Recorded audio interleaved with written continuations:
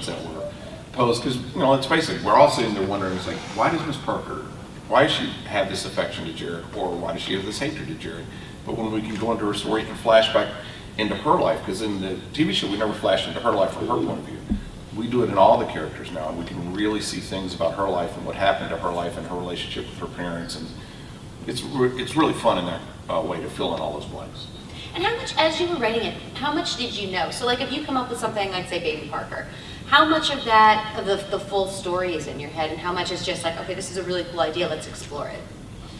Yes. Yeah, well, we need to have the whole story fleshed out. And that's, and Rebirth and Saving Luke are linked because there was just so much we wanted to tell, and we just felt that was the best way to do it. So for the first two, we had everything, and now we're starting to. We have general ideas about the books going forward, of course, because you want to have a direction, just like we do with the series. We kind of knew where season 1 was going to end, and 2 and 3 and 4. And we knew the overall story and the Right. answers of where everything goes. We've always said is the answers in the mayonnaise jar. So we know where we're going, but in a series, you know where you're going, but you discover things along the way. You know, and one thing that Jenna brought that really kind of blew us away was Ava Pronis was really kind of a nutball, and she was, in many ways, the anti-Catherine Parker, because she did some really weird things with the children. And our thought was the idea of, because we're going to really learn a lot more about Catherine Parker and her trying to save the kids in the center. And we thought this is a great counterpoint because everything Catherine did was so positive, and the connection, I don't want to say with the connection, but there's a physical connection within the center to the Perones that just is, you know, as we've always done, we like to plant seeds and then they come back and, well, either tease you or haunt you later. But that was one that is going to come out in these books and graphic novels that are just really encouraging. Well, yeah, and one of the first things that we had talked about with the novel was doing something that surrounded the history of the center, and we're really glad we didn't do that because of what Jenna brought to the table. And when she started pitching the idea about what she wanted to do with the graphic novel, we looked at each other because it was like, this is better than what we were coming up with.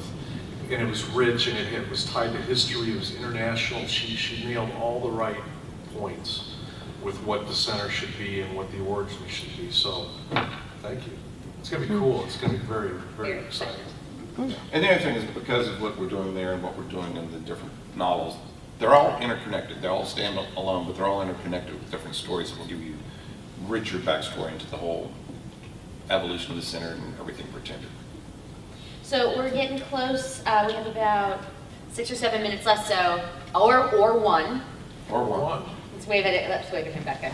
All right, so are there any final questions before we wrap up?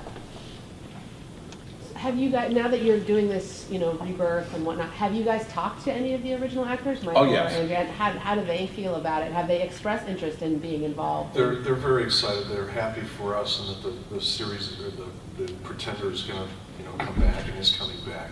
And we've had little talks about, you know, future projects, and as Steve said, we want to build to some films, maybe another series. They're very excited. And who knows, we do the audio books, they might be the perfect people's voices to put on them. We haven't told them that yet either, but I guess they just found out. I think we should all tweet them. So listen, they're going to run us out of here. I want everybody to take one of these cards so you can download and look at the, or download, you can go visit the 10-page. Yeah, check out the 10-page preview, and you make sure you go to the website, thepretenderlives.com. Yeah, it's on here. And we're going to be down at our booth, which is 714. Come by, you know, we're going to be signing books, and we'll answer any questions you have to continue this as much as you want. Cool, and then finally, Twitter handles. Oh, I'm at Pretender Steve. I'm Craig Van Sickle. One. Thank you. It's early. And I'm Jenna Bush, BUSCH, like the beer, not the president. Thank you guys for coming. Thanks for I really coming. appreciate it.